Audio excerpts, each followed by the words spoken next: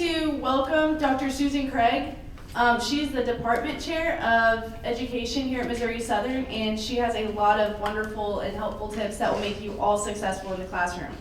So, Dr. Craig. Thank you, Lauren. Okay, so first of all, I was so excited to see Lauren here because I've had Lauren and we've had some classes. Yes. We spent some time together, and she's really good at what she does and a tremendous model. And we're going to talk a little bit about the importance of modeling here in just a little bit. My hope is that in the next hour, we do very little sitting in one place. I suspect that you've done a little bit of sitting in one place for a while today, and I definitely don't want to be the person that comes in and says, you should do all these super engaging things in your classroom and then just talk at you for an hour, okay? Because I'm not that interesting, okay? I do want to tell you, though, that I was once in your position. I was, we didn't call it course assistants then, but back in the day, I was what we called a college orientation leader. And so I've done exactly what you are doing right now. And I served in that role from 1990 to 1993. That gives you a little bit of an idea of how long the history of this particular program has been in place. And I can tell you with 100% honesty that it was the single most important experience that I had here when I was at Missouri Southern State University. It taught me so much. It not only informed my career choice, okay, but it also taught me so much about the importance of being a good model, the importance of learning great ways to communicate content to students who maybe weren't really in a place where they were ready to hear it. It was just the most fantastic jumping off point for me. Now, obviously, I went into education, and so it's not a particularly difficult leap to make in your mind. But any career field that you're preparing for, this is a phenomenal experience. It just teaches you so much about how to communicate and how to get information across. So you've made a really great choice to be involved with this, and I hope that if this is a brand new experience for you, that you have a tremendous experience, and if you're doing this again, that you learned a lot the first time around and will come back stronger than ever for the second time around. So my job in the next hour is to tell you everything that I know about instructional strategies and learning activities, which isn't obviously going to happen. I can't tell you every possible thing that there is because we have a whole department that is designed to do that. But I think that I will be able to give you some ideas for how to approach your teaching with a level of interest and a level of excitement. Okay, so I'm going to give you just a number of different tips. I'm going to show you a few things. I'm going to ask you to participate in a few activities so that you can see how some of these things work. So if you're good to go, what we'll do is I'll start off with just a little bit of information, and then we're going to take that information for a spin in a variety of different activities. So you have a handout, and I will provide this handout to Teresa digitally so that you can have some of this digitally later if you want it. But let's just talk through some of this, and then we want to take a few of these for a spin. So Teresa asked me to talk a little bit about lesson planning. And lesson planning is a very intricate, complicated process, or at least the folks who are in teacher education would tell you there are a lot of different moving parts that go along with a lesson plan. And we're not going to talk about all of those moving parts. Instead, I'm just going to give you some basics to think about when you are designing a lesson that you would potentially offer to your students, okay? So the first item is a blank table. And the blank table is a very scaled down lesson plan template. So I want to talk through the basic components of it and then move on from there. So the first item that is in the lesson plan template is your lesson objective. So we teach over in teacher education that you never want to start off something like this without knowing what your end goal is, okay? And that really can apply to just about everything in your life, right? You want to start off by knowing what the end goal is, okay? And lesson planning is no different. So what is the end goal? What is it that you want your students to be able to demonstrate? What information do you want them to be able to master? That is the very first thing that you want to think about. And if you look below the template, I've listed the objectives of the UE 100 course. And so more often than not, the first place that you're going to go to is the list of objectives to see, okay, which one of these am I going to be building my lesson around? So the second box is pretty straightforward, but actually if you don't think it through, sometimes it's the thing that can kind of bite you at the very end. But what materials do I need to do this, okay?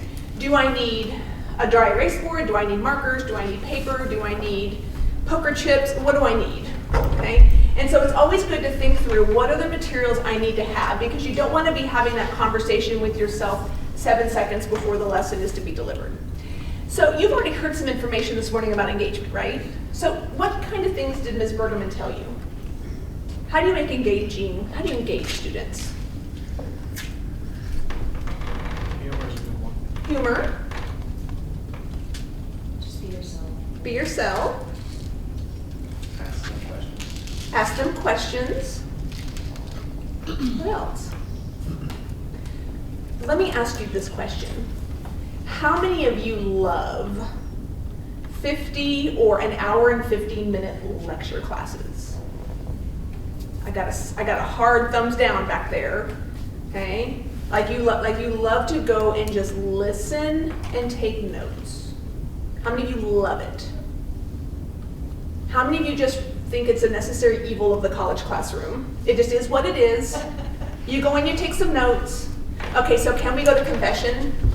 Can we go to confession? Because you're going to have to go to confession quite a bit. If you're going to be an honest and real model for your college students, let's talk about life. All right, let's get real.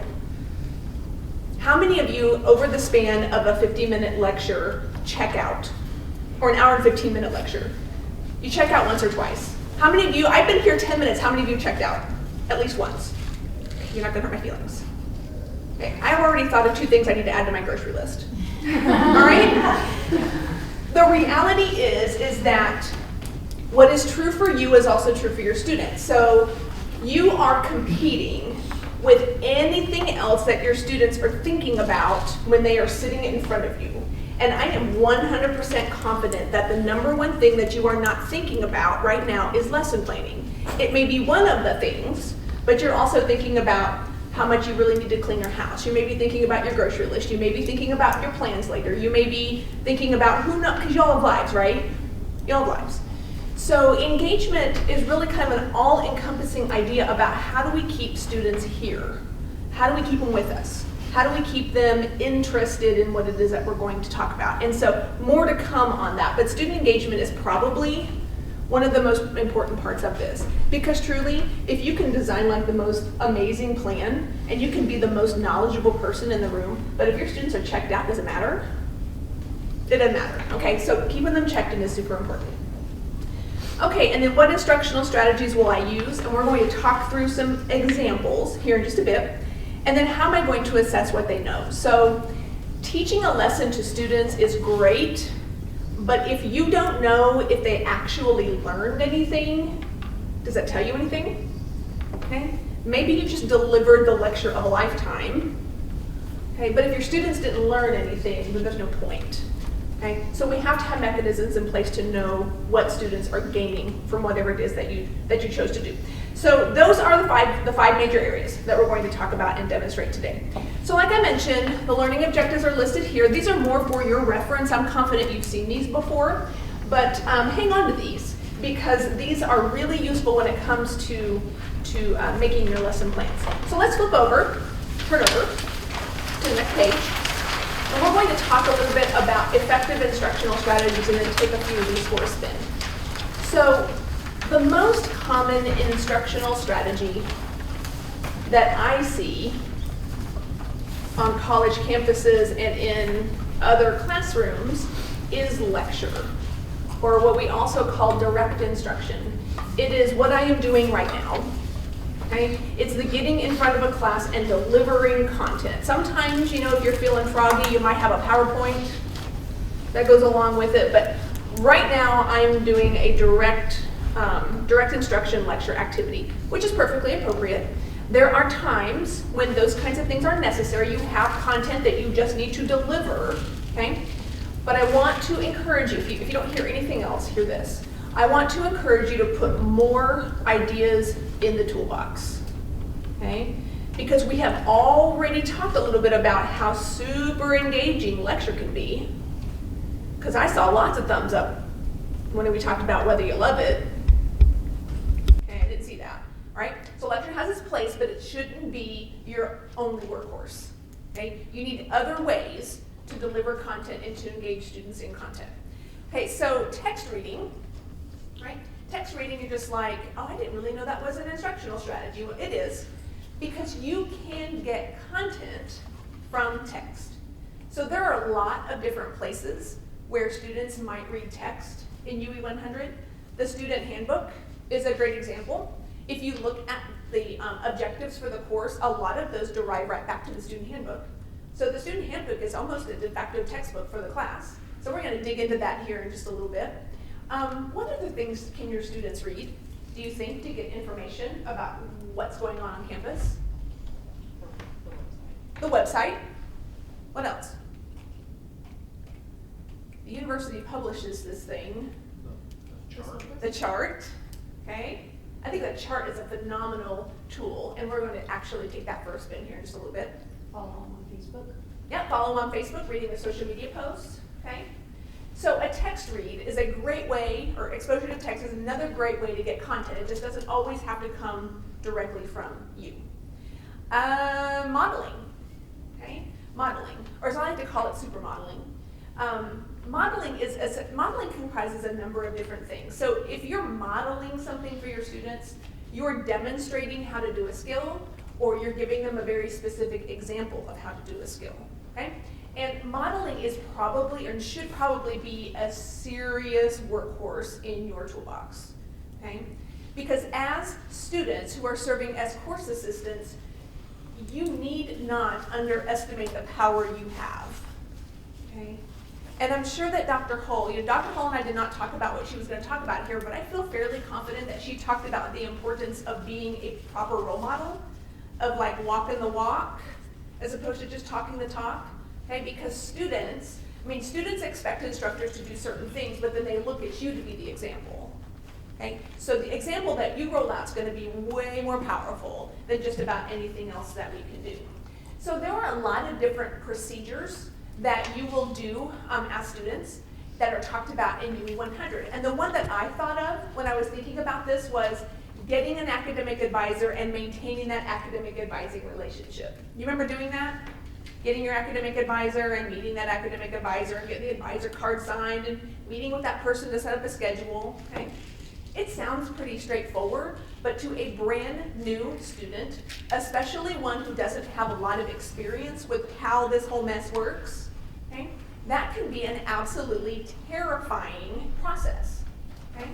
So your story, your example of how you got from A to B on identifying an academic advisor and working through all that paperwork, okay, and having that relationship and utilizing that person's assistance when scheduling, you may not think it's that important, but that story is tremendously powerful, okay? Especially if you've run into any hiccups, okay? I won't ask specifics, but have any of you ever had a hiccup with an advisor? Maybe they were difficult to reach, or maybe you met them and you're like, I don't know that I feel this very much, maybe I'd like to have somebody else. Just lots of different things that can happen, okay? Do first semester freshmen know that it's okay to seek another advisor? Many of them don't. They're just like, well, I guess I have to stick with this, okay? So your example, your personal story is phenomenally powerful and important, and I'm going to encourage you to leverage it as much as you possibly can in your classroom.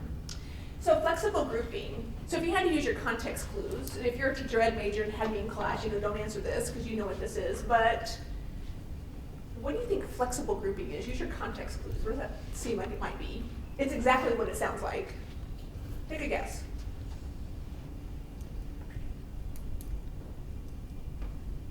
There are no electric shocks involved if it's not the correct answer. It's grouping with groups switch midway through class. Excellent. Chris? Yes. Okay, yeah. So it's exactly what it sounds like. It's a grouping of students that's designed to be flexible. So you group and you regroup students based on whatever sort of instructional goal you're attempting to achieve. We will do some of that here in just a little bit as well. And then finally, class discussion. Okay? So class discussion is a really, really super rich way to have your students engage with content. Okay? The ability to not only talk to you, but also to talk to each other definitely helps them make sense of content. It is incredibly valuable and important. And I'm going to show you some ways to do that, to where you can illustrate a number of different points. I'll just leave that there for now. But classroom discussion is definitely one that you want to put in the toolbox as well. So you want to take some of these things for a spin? You're like, do we have a choice? Right? So let's take some of these things for a spin. So the first item that I have, or the next item rather, I guess, that I have for you is an example of a completed lesson plan template. A simple lesson plan template. This is a model, an example of one that you could potentially put together. If you want to steal it and use it, fine with me. Okay? I don't care. Take it and use it. Perfectly fine. So this particular lesson is demonstrating understanding of the MSSU student handbook, including student rights and responsibilities, which if you look at your objectives is cherry-picked right from the objectives. Okay? So the materials that we are going to use, we're going to use the handbook, which I'll hand out the copies of that here in just a second. And then we're not going to use dry erase markers, we're going to use Sharpies, because we don't make mistakes, right? No, I'm kidding. I changed up my material, so we're going to use Sharpies and it'll be fine. And then let's talk about engagement. Okay? So if I stand in front of you, if you're a group of first-year freshmen, and I stand in front of you and I clap my hands and I go, we're going to talk about student rights and responsibilities, is that the coolest thing you've ever heard? You're like, are you freaking kidding me right now? Okay? No, it's not the coolest thing you've ever heard. So maybe that's not going to be the way, as much as I might feel very excited about it, that may not be the way to initially get you engaged. Now, what might be a good way to establish engagement is to establish why this information is relevant to you. Okay? Because when you're a first semester freshman and you hear,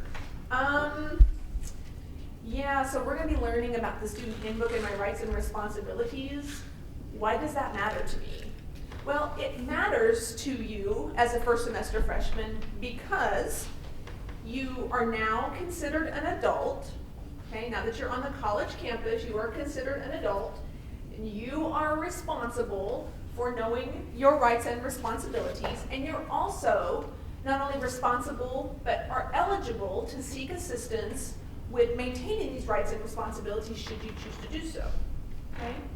So because you are now we're adulting, so now that we're adulting, then it's important for you to know this should you bump up against something where you need to know this information.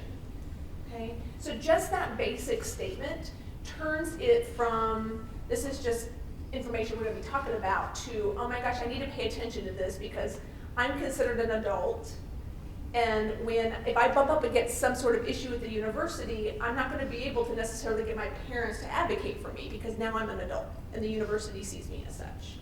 Okay? And you might be surprised to know that there are some students who don't know that.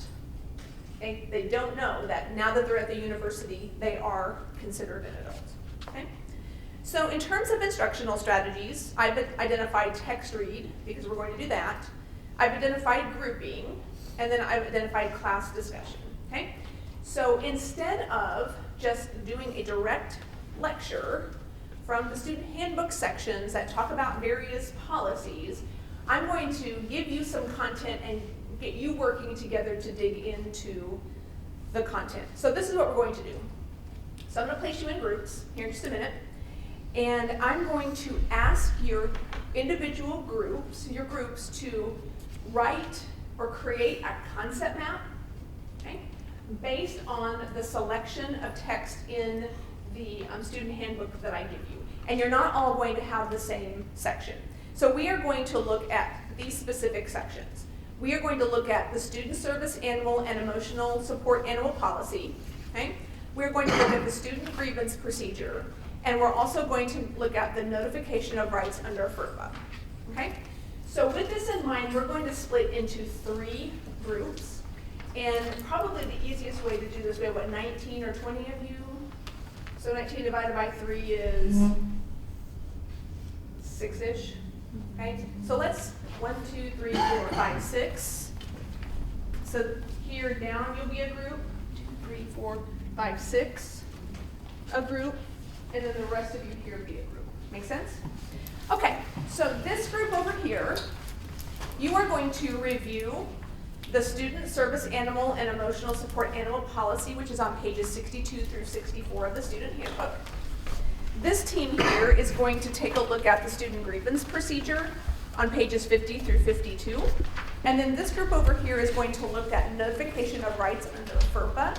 And these are 3 really important policies that students need to know about. And so what you're going to do is individually, I would like for you to read through that section of the text. And then once you are in a place where you are comfortable, everybody's read through, then I would like for each team to get a piece of sticky paper, okay, big sticky pad, and some markers. And I would like for you to concept map that particular section. Does anybody know what a concept map is off the top of their heads? Like steps. Could be step in a procedure, absolutely. Okay. It's a visual representation of the text.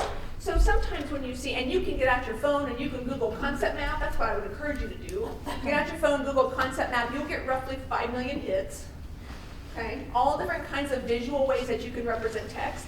And then I want your teams to sort of negotiate out the best way to represent that chunk of text. Make sense? Okay, so you're reading, then you're talking, then you're Googling the best way to represent your chunk of text, and then you're going to represent it on this sticky note, and the markers are over here as well. Okay? Carry on.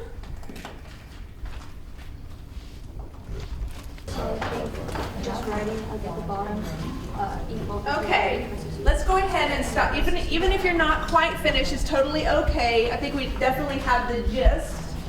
So I'd like to go around, and when we go around, I just want the teams, and you can select someone to do that, just to take 1 minute, no longer, just to give us the high points as to what you talked about. So we'll start here. If you guys want to do nose goes or whatever, just decide who. I'm a speech and theater author. Done. All right, so give us the high points. All right, fine. Okay, so we had the laws regarding emotional support animals and service animals on campus. So what we did is we said the things that apply only to the emotional support animals, things that apply to just the service animals, and then everything in orange applies to both sets. So the main difference between the emotional support animal and the service animals is that if it's an emotional support animal, especially if you live on campus, you have to have prior approval from campus, and you can't bring them on campus until you actually receive the formal paperwork and the formal approval. If you have a service animal, you do not necessarily have to have prior approval, but it is recommended, especially if you're living on campus, because it just makes that whole process easier. Everything in common, if you have either one, they have to be healthy, they have to have all their current vaccinations, rabies has to be displayed, they have to be on a leash at all times, and they have to be housebroken. You have to follow the cleanup rule. I don't think we have to explain that. They can be removed at any point by campus authorities if they pose a danger to anybody, if they're not healthy, if they are not under the control of their handler, or if it's a financial burden to the university. They have to be controlled by their handler at all times. They are not allowed in some areas, basically areas that would be dangerous to the animal, like labs, food prep areas, mechanical rooms, anything that could be a danger to the animal because of organisms in the air or sharp objects on the ground or things like that. And I think that covers all of it. Perfect. Thank you, folks. Let's go over here to FERPA, the wild, wonderful world of FERPA. All right. Okay. So FERPA stands for Family Educational Rights and Privacy Act, and this is pertaining to your educational records. You have the right to access to all of your to any educational records that you request within 45 days of a written request, and you have to specify which records. You also have the right to consent to disclosure information to anybody that you request to be consent to. However, there is a definition of who has access without your specific written consent, which usually is defined by school officials, and that is also written in the FERPA designation itself. If you find that your records are incorrect in a certain way, or you want them changed, you have the right to a written request of an amendment. And if that amendment is changed, then you're good. If it's not changed, if it's denied, you have a right to a hearing to determine why your rights should be amended. You must identify which records you want amended and why you want them amended, and that must be submitted in writing. And if your FERPA rights are violated or denied at any time, you have the right to file a complaint with the U.S. Department of Education. Thank you so much. All right, so I'll go over here to student grievance procedure. So over here, at the top we just wrote the general policy for student grievances. So it says, to the extent possible, all concerns or grievances should be settled in an informal manner. Basically just saying that if those matters cannot be disputed out in an informal manner, then a formal grievance can be submitted. So through the informal process, if there's a problem with student and faculty, that student would then go to the faculty member and express their grievances. If it cannot be resolved then it would go to the department head. Still can't be resolved, dean of the college, and if it still can't be resolved, the VP of Academic Affairs. If there's an issue between student and staff, you would contact the Student Affairs Office and schedule a meeting with the Director of Student Life and Conduct. And if there was a student-to-student problem, it would be the same process as if there was a student-to-staff problem. If you were presenting this in a classroom setting, it would be really helpful to include who the person is next to it. So for a VP of Student Affairs, wait, that's not on here, that's on the other thing.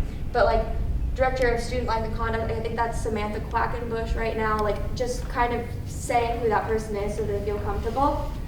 For the formal process, if any student cannot resolve a concern or grievance, it may be presented in writing and filed with the VP of Academic Affairs for academic grievances, or the VP of Student Affairs for grievances concerning staff or students.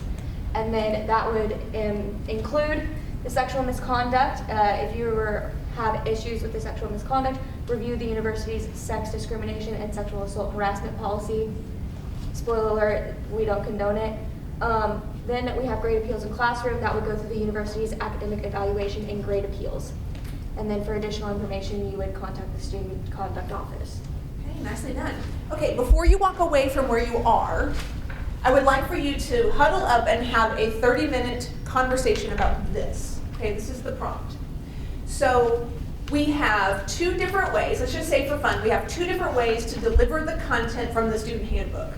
Option A would be for me or for you to deliver a lecture with some PowerPoint, okay, outlining these particular parts of the student handbook. Or option B would be this, where you divvy students up and you put them in charge of their own learning of a specific section and then they teach it back to everybody else. I would like for you to, the conversation I would like for you to have is, what's the difference between those two approaches in terms of engagement? Which one is more engaging, which one is less engaging, and why? So 30 seconds, talk through that. Please.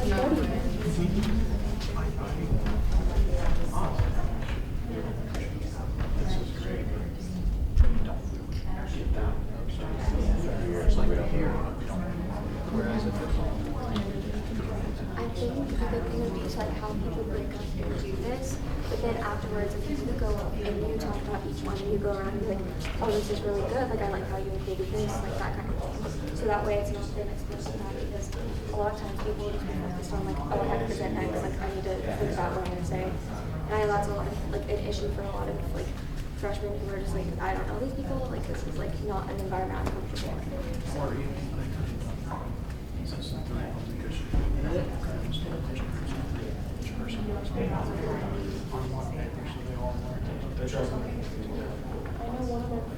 Okay, take 10 more seconds. And then after that, I guess you can't stop there because we have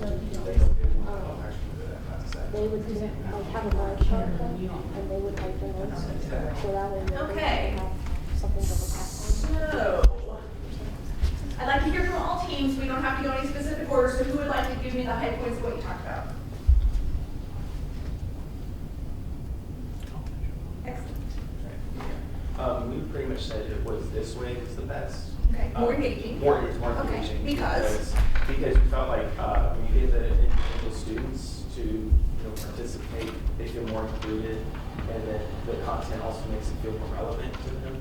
And it's chopped up into sections. So so it's a lot more easy to remember each section rather than just like a long lecture of just one giant, monotonous kind of thing that you not often. Right, perfect. Okay, anything else? A point I brought up was I also like how you have to repeat back what you said, because in a group I experienced this year, we totally missed the topic of what we were supposed to be doing.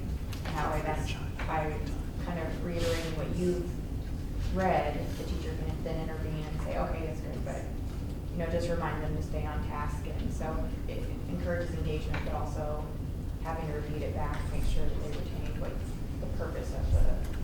Yeah, that is an excellent point, because if you drew up a concept map that was completely full of wrong information, then that would be my cue to, okay, wait, we gotta back up and go back and come back around to this. Now, thankfully that didn't happen, but yes, that is an excellent point. We said more of like a combination of both. Okay. Like, it's great that we got our information about the grievance process, but we heard them talk about what they did, but we didn't really get any hands-on info and reading about it. So like maybe either smaller groups, which would be really hard in big class scenarios, Yeah. or just at the end, there's also like a little baby lecture at the end that goes over the high points of everything. Absolutely. So they can write it down. Yeah, and you can put that little information burst anywhere. So it could be at the very beginning, or at the very end, or maybe a little bit of both. So I think that's a great point, because you definitely want to make sure that, the divide and conquer, which is actually called the jigsaw method, okay? Because we jigsaw out the pieces and then we put the pieces back together, okay? But the whole idea of adding a little bit of direct information on the front end, on the back end is a great idea, just to make sure that everything got handled. Okay, but do you want to know the best part of all this is? You didn't have to make a PowerPoint, right? You didn't have to write a PowerPoint. You didn't have to put together a lecture necessarily. You put the learning in the hands of the students, which improves relevance. We had some movement, we had some conversation. We packed a whole lot of different instructional strategies into that. So give yourselves a round of applause. Oh my gosh, you guys are tired still. Okay, so if you would be so kind to do two things. First of all, if you would just go ahead and dump the Sharpies back in the container. And then when you go back to your tables, if you would organize yourselves in such a way to where you're in a circle-ish rectangle or something, don't keep those right up there. Same groups? Same groups, yep, same groups. Please.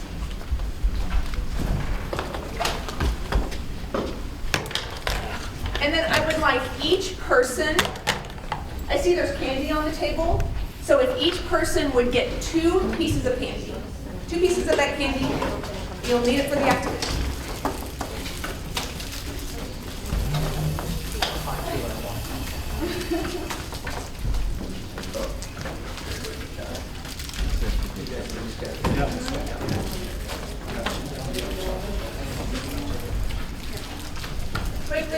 Quickly. Get to a place where you're sitting in front of each other, facing each other. Okay? If you want to move chairs, you can move chairs.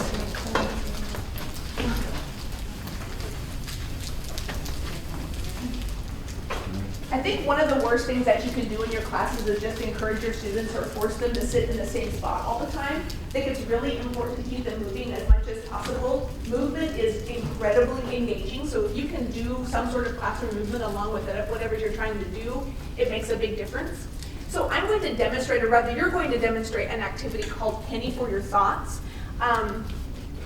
Typically we would use pennies, but why use pennies when you can use candy? So the 2 pieces of candy that you have are going to represent the number of times that you contribute to a conversation that you're getting ready to have, okay? So obviously you've probably figured out that I think classroom conversation is incredibly important. It's a great instructional strategy. It's great for engagement, and it gets students involved, those are always good things. But I think we all know that there are some students that would much rather eat their own faces than participate in a classroom conversation. Fair? Okay? And you may be that person. And maybe you're more of a listener as opposed to someone who would get into a conversation. I think it's really important to encourage students as part of entering the academy, they're entering the university. One, there's going to be an expectation that they are willing to have conversations about topics, regardless of what classes that they're in. They need to be heard, okay? It's also important for them to know that what they have to say is valued, okay? And so one of the best ways to do that is to get them engaged in conversation as much as possible about low stakes kinds of topics. Now, the plan was going to be for us to visit a little bit, for you to visit a little bit about the coronavirus, okay? Based on an article that was published in the last issue of the chart. But because we're running a little low on time and I want to sort of cut out the process of reading that article, so instead we're going to illustrate a conversation about a topic that you can easily come up with something to talk about. So this is what I'd like for you to do. I'd like for you to take the next 30 seconds to think about, in your head, don't say it out loud, think about the most perfect food. Now, you'll want to consider what you love, what is nutritionally appropriate for you, unless those things don't mesh. Maybe what is fiscally appropriate for you. I just want you to think about your perfect example of the perfect food in your head for 30 seconds. Just think about that.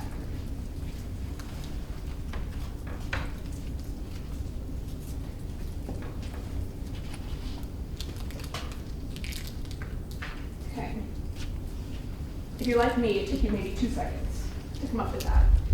But what I'm going to ask you to do is I'm going to ask you to engage in a conversation at your table in your area about what you talked, or about your favorite food. But this is the rub. This is how this is going to go, okay?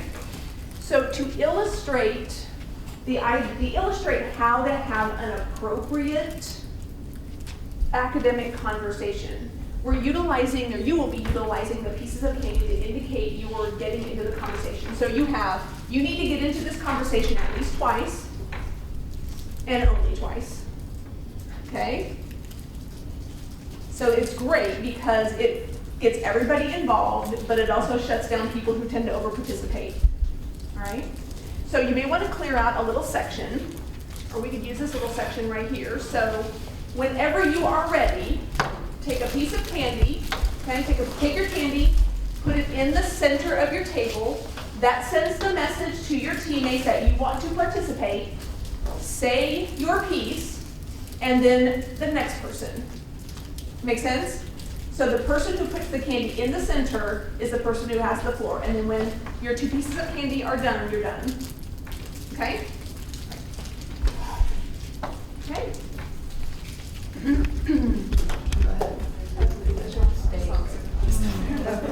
Just, you know, like a really good, nice restaurant, really good juicy steak. Yeah. I will pair with also hibachi steak. That's very good. With noodles and everything.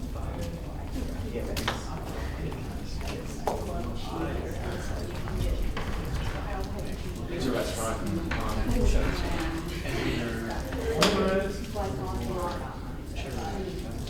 It's usually fresh. Really easy to go out and get. Big breakfast food at the house. Biscuits, gravy, eggs, cheese on top, fruit on the side, bacon, and smoothies go along with it. I could eat that all. On your mac and cheese point, I'm choosing my close second, but chicken fettuccine alfredo, love it. Chicken scampi. I love very good. Love it. Olive Farms breadsticks? Oh. Nice. Pizza, because Very good cheese. When it breaks perfectly, pull it out, doesn't break. like today. Yeah, I had it for dinner last night. So much cheaper. But not that it's on your mind or anything. It's not at all. Yeah, I thought that was soft. It's just now 11:30.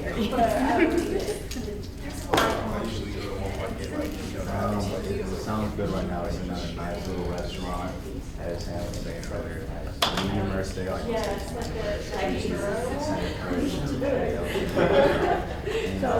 And loaded bacon on the side. And also, have your cheese. less than one.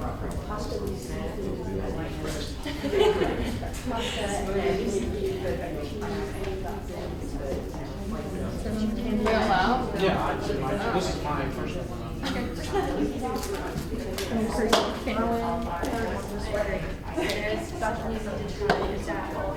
you don't see this, it's not. You can have 30 seconds to get somewhere. Or he's like, if we don't follow the match, he just goes like this and it just all hits the table.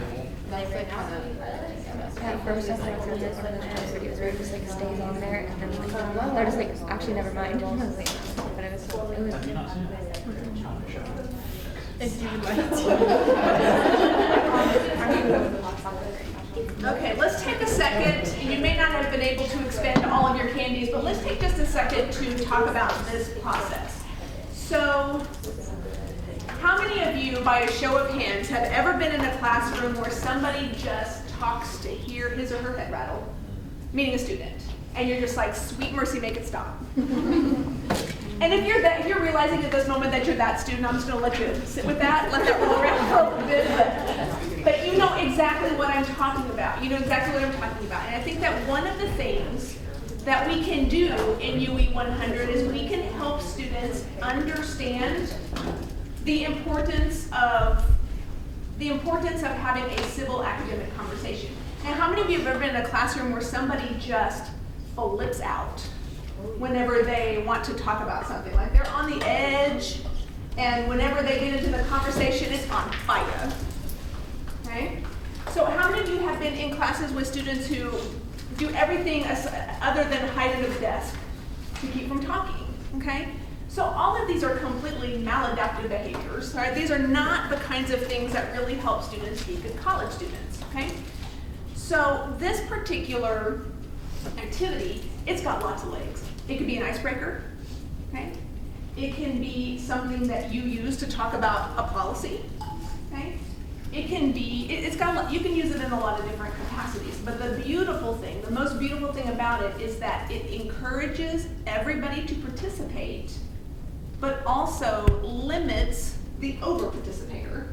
And when I've done this in classes before, I've seen some students who tend to be over-participators who like their eyes start to bulge out once they realize they burned up their candies. You know, I got to have something to say and I'm like, can't say anything. Okay, but it teaches and trains the importance of not only speaking, but listening. Okay, so steal that idea. It's definitely one I've used a lot of times and students like it. So, okay, so if you would go on back to your chairs, or wherever, you could be wherever you want to be, but get wherever is comfortable. I have one more thing, and then I'm going to get out of here.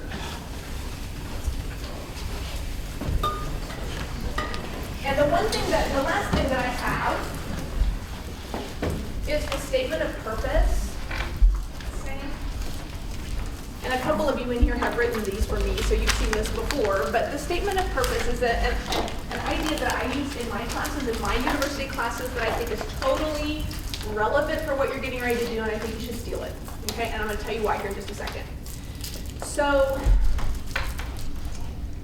you all are going to be learning about, how to put in grades on Blackboard and how to, do all that stuff on the instructor side.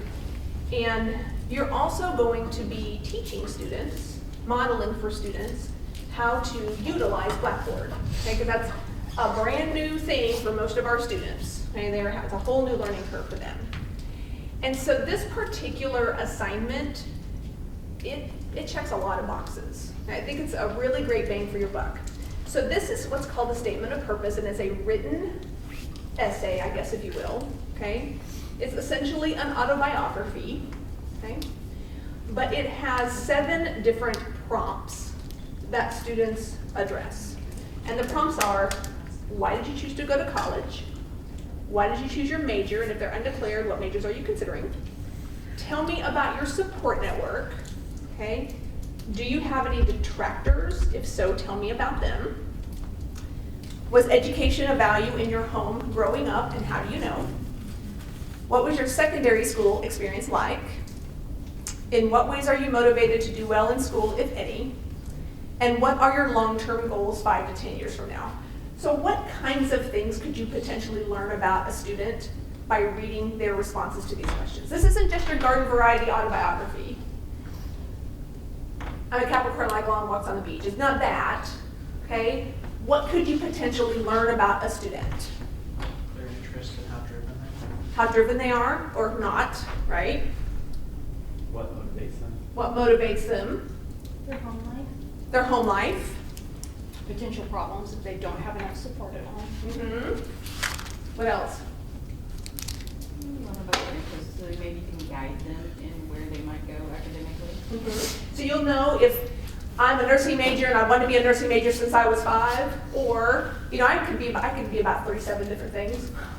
Okay, that's something you need to know about that student. What else can you learn? Kind of what their fears are, because if they did not have a good secondary school experience, they're probably anticipating a very similar experience. Yeah, for sure. Because what I would tell you is in your classroom full of X number of students, how many are in there, they're going to be all over the map in terms of their preparation, in terms of their ability, in terms of their motivation, in terms, they're all over the place, okay? And I would tell you that, you know, I started using this particular assignment in my classes because I could learn more about my students by reading the 700-word essay than I would ever learn having them in class over 16 weeks, okay? It tells me everything I need to know, right? And the best part is if you ask them to include a picture of something or someone they care about. Because 9 times out of 10, the picture will have them in it and you can learn their names faster, okay? But then you also see the kinds of things that they're interested in. And I've seen everything. I've seen everything from puppies to babies to husbands, to tractors to guns, to snakes, okay? People care about different things. Okay, it's an interesting conversation point when I know that you have a boa constrictor and that is really important to you. Okay, it's good information for me to have. Okay, so this is a super easy thing to do right out the gate. I mean, in the first week, okay, you can get some ideas about their writing. You can get some ideas about can they figure out how to upload the Blackboard. Okay, there are a lot of things that you can discern just from this easy assignment. So steal it. Okay, steal it and use it, definitely. It's been very, very beneficial for me. Okay, so Ms. Abrahams is here and she's gonna toss me out of here in a second if I don't get out of here. So what questions do you have? Okay, thank you for the time this morning very much.